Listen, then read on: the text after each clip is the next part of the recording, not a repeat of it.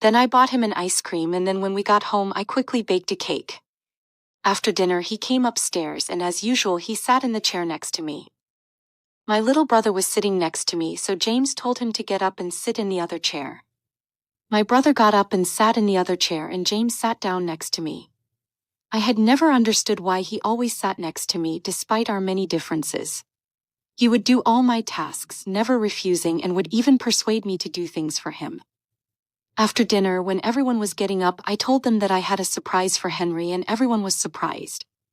I brought out the cake and put it on the table. Henry was happy and surprised, and he even thanked me. When he cut the cake, I gave him the gifts, and he was overjoyed. He said, "Thanks, Lily, for this amazing surprise." He offered me the first piece of cake, and I took it and ate it. Then he praised the cake, and my mother and father also gave him cash as gift.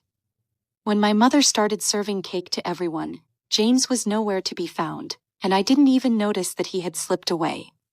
Henry was very happy. Then everyone had gone to their rooms. I was washing dishes in the kitchen when Henry came in and said, "Can I have a cup of tea?" I said, "Of course."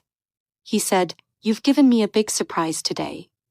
Make 2 cups of tea and come to my room."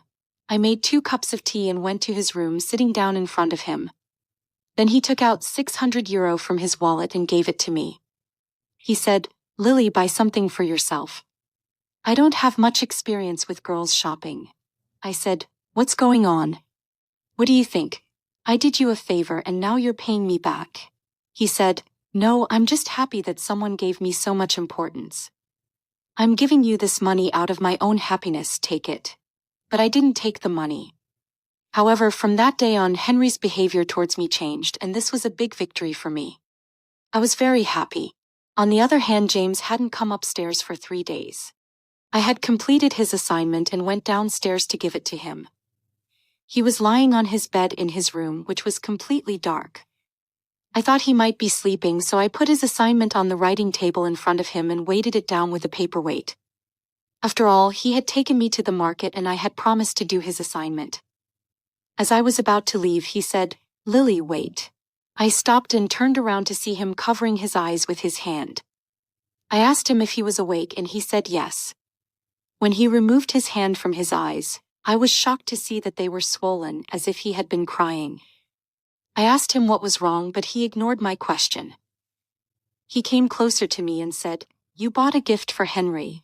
I said, "So what?" He asked me why I had bought it, and I told him it was because Henry is my cousin. He said, "I'm also your cousin, but you didn't buy me a gift. My birthday was also on the same day, but you didn't even remember." I told him that he's not as important to me as Henry is. He grabbed my wrist and pulled me close to him, saying, "I don't like the way you're treating me and favoring Henry over me."